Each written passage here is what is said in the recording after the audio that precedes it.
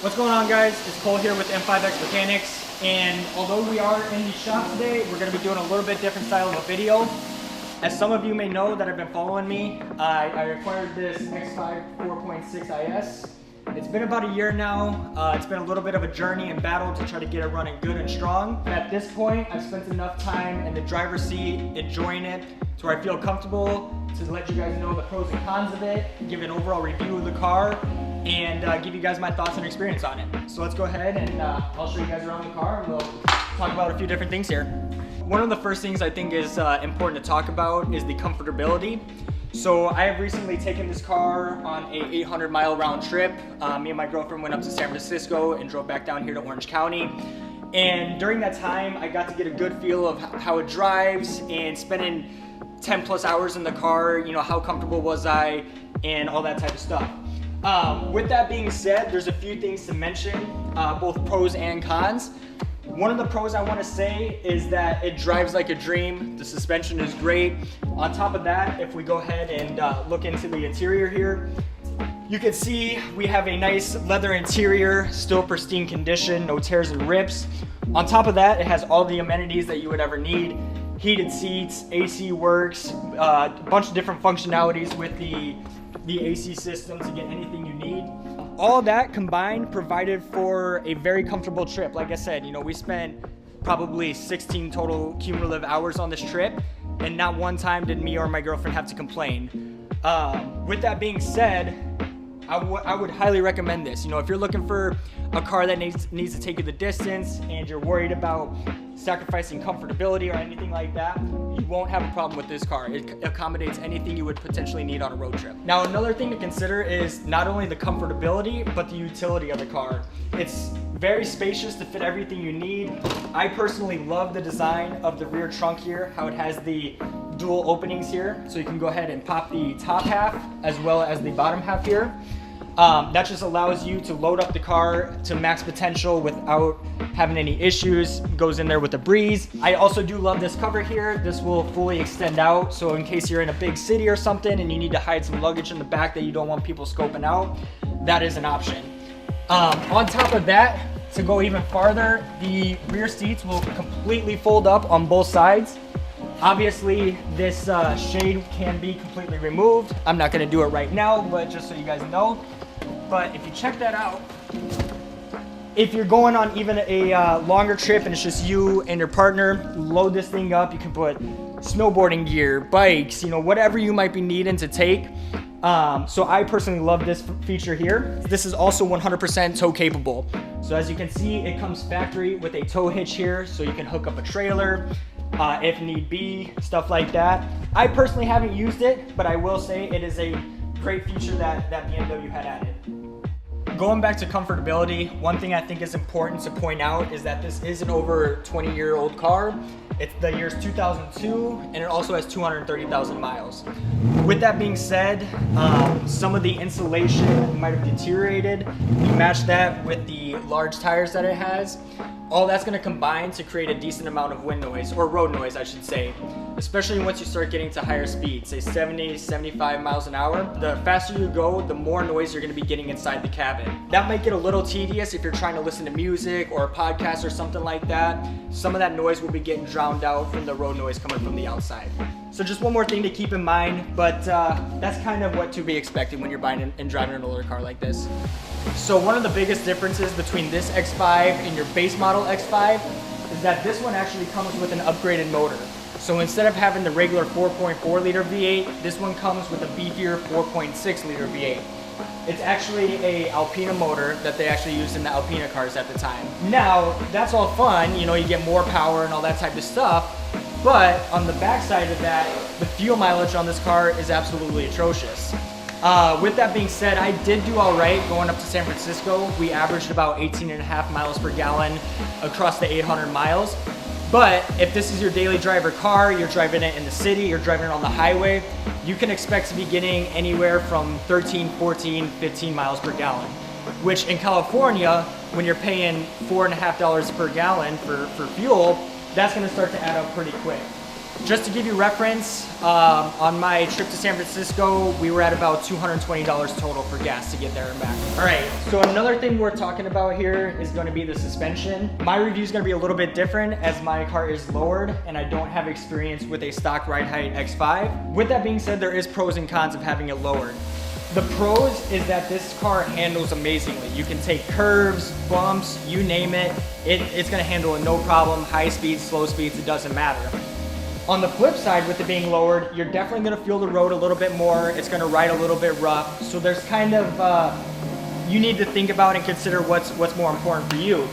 Another thing why I like it lowered is, to me, it looks a little bit better. That's my personal experience. That's my personal view. I think lowering it was totally worth it for the small compromise ride feel. Other than that, like I said, this is one of the best handling, not only SUVs, but cars I've actually ever been in. It has no business handling this good. There's a few things that I want to point out that I just absolutely love about this car. One of the very small minimal things is the dash and cluster. It's one of the best looking clusters and dashes I've ever seen. But like I said, that's all personal preference, but something I wanted to throw in there. On top of that, if we look down here, you're gonna see the amount of features that the car has. Heated seats, both front and rear. The traction control, obviously it's a four-wheel drive car with a great traction control system. And lastly, it has the parking sensors. So say you're parallel parking or parking in general, if you're getting close to a car either in the rear or the front, you'll hear a beeping noise, which will let you know, like, hey, you're getting close, you know, you better stop and readjust. Another great feature, especially for the year 2002, this was a very technologically advanced car, and you can just not only feel it, but notice it, and it really does help with the driving experience. All right, so another thing I think is worth mentioning is the transmission setup and the gear ratio setup.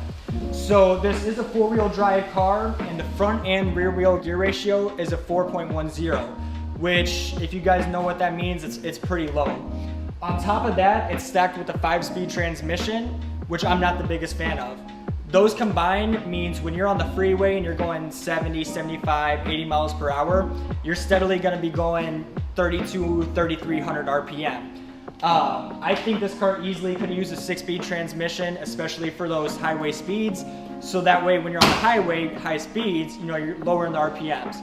This is my personal thoughts and preference. If you do your research and you talk to other owners of this car, you will hear a lot of people say that they love the 5-speed. What that does is it gives it more torque and more pickup with that lower gear ratio. Personally, like I said, when you're on the highway and you're on a road trip, it just isn't really necessary in my opinion. With that being said though, again, to counteract that, this is a very quick SUV. And actually back in 2002 when they were released, this was the fastest SUV in the world. So if that's what they were going for, then it makes sense why they chose that setup. So another thing to take into account with this car is the looks. I think it's pretty universally agreed on that this is just overall a great looking car. The 4.6 specifically comes with a few different things compared to your base model X5.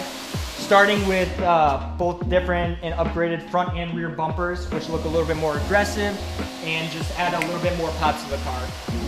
Moving on, if we move down here, you're gonna see the 20-inch wheels are also specific to the 4.6 IS.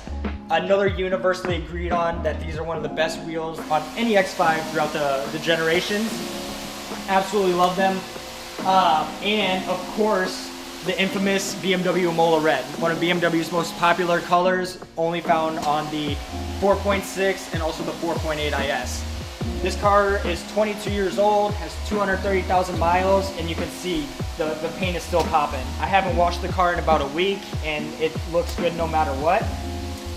If we go around to the back, you will find a few more upgraded things.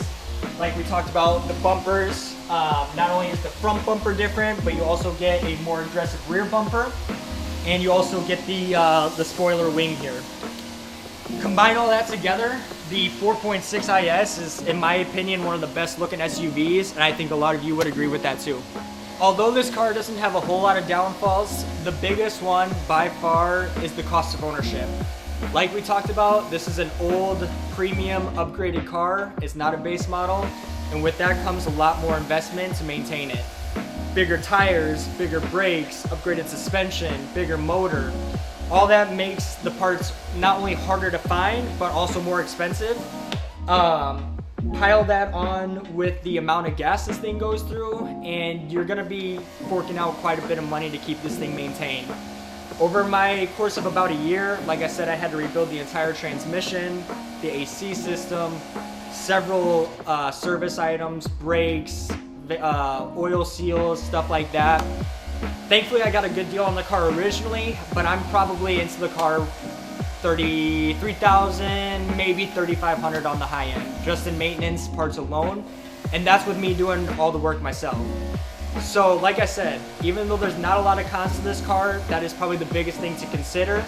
If you can't do the work for it yourself and you're not in a position to be constantly putting money into a car, this probably isn't for you, and I would probably recommend the base model with the 4.4 liter or the 3 liter. If you can get past the cost of the car, it drives amazing, it's a blast to drive, it'll get a ton of looks. So you gotta decide what is worth for you. In the past year, it's been one of my most fun and favorite cars that I've ever owned and driven.